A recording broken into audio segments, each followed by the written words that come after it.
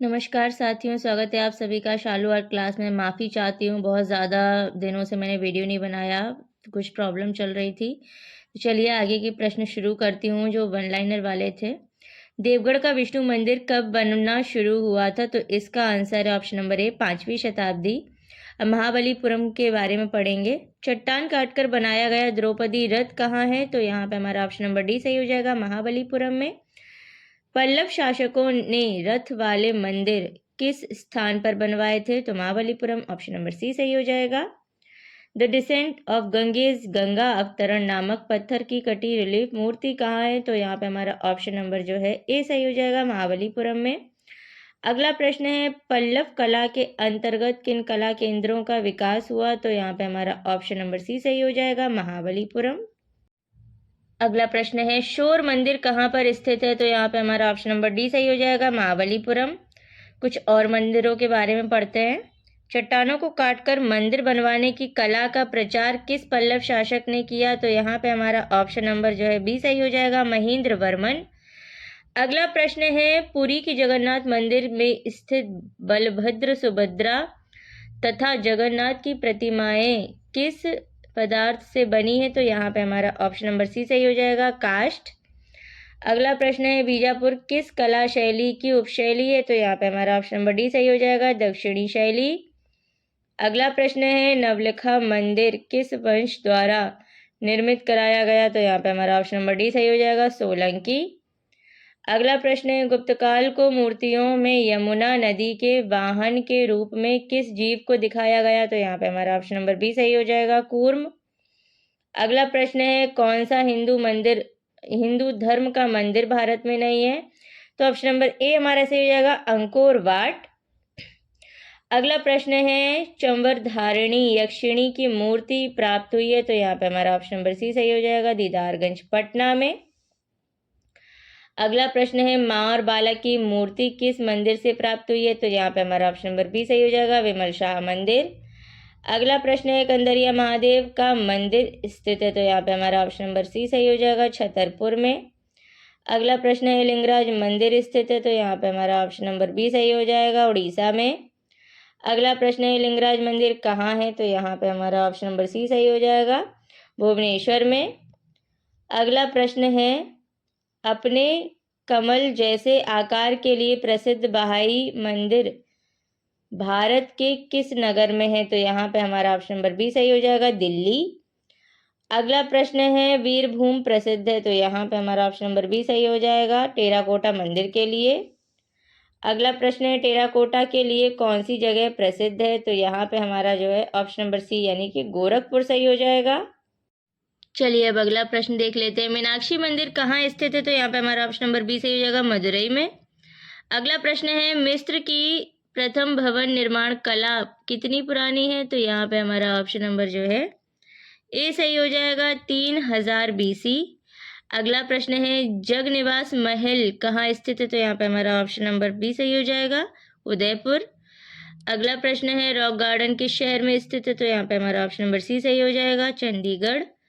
अगला प्रश्न है, कश्मीर का शालीमार बाग बनवाया था? तो यहाँ पे हमारा ऑप्शन नंबर सी सही हो जाएगा, जहांगीर ने। अगला प्रश्न है, ली कार्बूजियर कौन था? तो यहाँ पे हमारा ऑप्शन नंबर जो है डी सही हो जाएगा, एक वास्तुकार। अगला प्रश्न है, चंडीगढ़ का वास्तुकार कौन था? तो यहाँ पे हमारा ऑप्शन नंबर बी सही हो जाएगा, ली कार्बूजियर।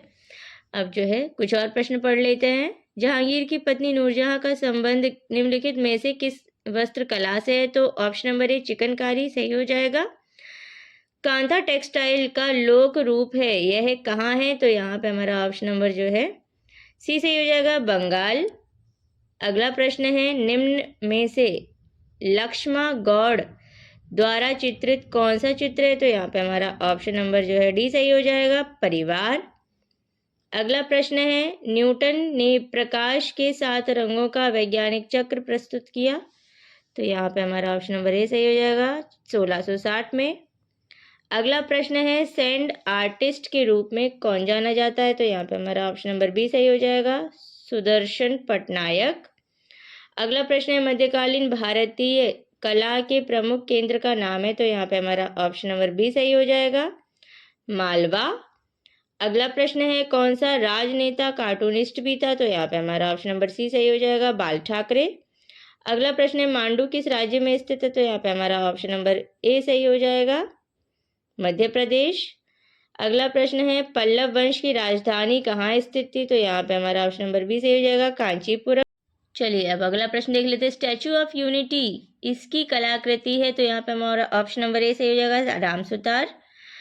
कान्हेरी गुफा कहाँ स्थित है? तो यहाँ पे हमारा ऑप्शन नंबर बी सही हो जाएगा, महाराष्ट्र। उत्तर प्रदेश का एक प्रमुख तीर्थ स्थान है? तो यहाँ पे हमारा ऑप्शन नंबर बी सही हो जाएगा, विंध्याचल। भागवत पुराण इनकी कहानी है? तो यहाँ पे हमारा ऑप्शन नंबर सी सही हो जाएगा, कृष्ण। अगला प्रश्न है, आर वी साखलकर हैं? तो यहाँ पे हमारा ऑप्शन नंबर सी सही हो जाएगा, कला इतिहासकार। भारतीय कला बाजार की प्रथम अंतर्राष्ट्रीय नीलामी क्रिस्टी द्वारा किस वर्ष प्रारंभ हुई है? तो यहाँ पे हमारा ऑप्शन नंबर सी सही हो जाएगा, 2013। अगला प्रश्न है, निम्न में से कौन सही सुमेलित नहीं है? तो यहाँ पे हमारा ऑप्शन नंबर ए यानी कि लूव्र संग्रहालय न्यूयॉर्क ये सही सुमेलित नहीं है, बाकी के सुमेलित सही हैं, तो इनको नोट कर लीजिएगा।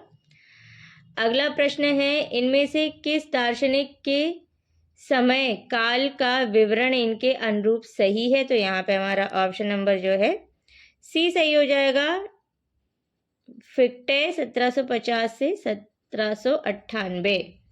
अगला प्रश्न है, भारत की लोक कला में किस तत्व का कोई स्थान नहीं है? तो यहाँ पे हमारा ऑप्शन नंबर बी सही हो जाएगा, तर्क। अगला प्रश्न है, त्रैवार्षिकी भारत अंतर्राष्ट्रीय कला प्रदर्शनी का प्रारंभ किस वर्ष से हुआ? तो यहाँ पे हमारा ऑप्शन नंबर बी सही हो जाएगा, 1968। अगला प्रश्न है, मोरियो मिरांडा है? तो यहाँ पे हमारा ऑप्शन नंबर ए सही हो जाएगा, कार्टूनिस्ट। अगला प्रश्न है, अप्पू प्रतीक प्रतिनिधित्व करता था? तो यहाँ पे हमारा जो है ऑप्शन नंबर सी सही हो जाएगा, ओलंपिक खेलों का। एक सेकेंड, तो यहाँ पे हमारा ऑप्शन नंबर डी सही हो जाएगा, एशियाई खेलों का, सॉरी। अगला प्रश्न है, कोई नाम चिन्ह या अन्य तरीका जो किसी कंपनी को उसे प्रयोग करने का न्यायिक अधिकार प्रदान करता है उसे कहते हैं? तो यहाँ पे हमारा ऑप्शन नंबर ए सही हो जाएगा, ट्रेडमार्क। और आज का हमारा लास्ट क्वेश्चन है, हनीवा टेराकोटा किस देश से संबंधित है? तो यहाँ पे हमारा ऑप्शन नंबर बी सही हो जाएगा, जापान। और इसी के साथ आज के बहुत ही महत्वपूर्ण वन लाइनर क्वेश्चन खत्म होते हैं। मिलती हूँ नेक्स्ट वीडियो के साथ, तब तक के लिए अपनी पढ़ाई जारी रखिए। Take care and bye bye.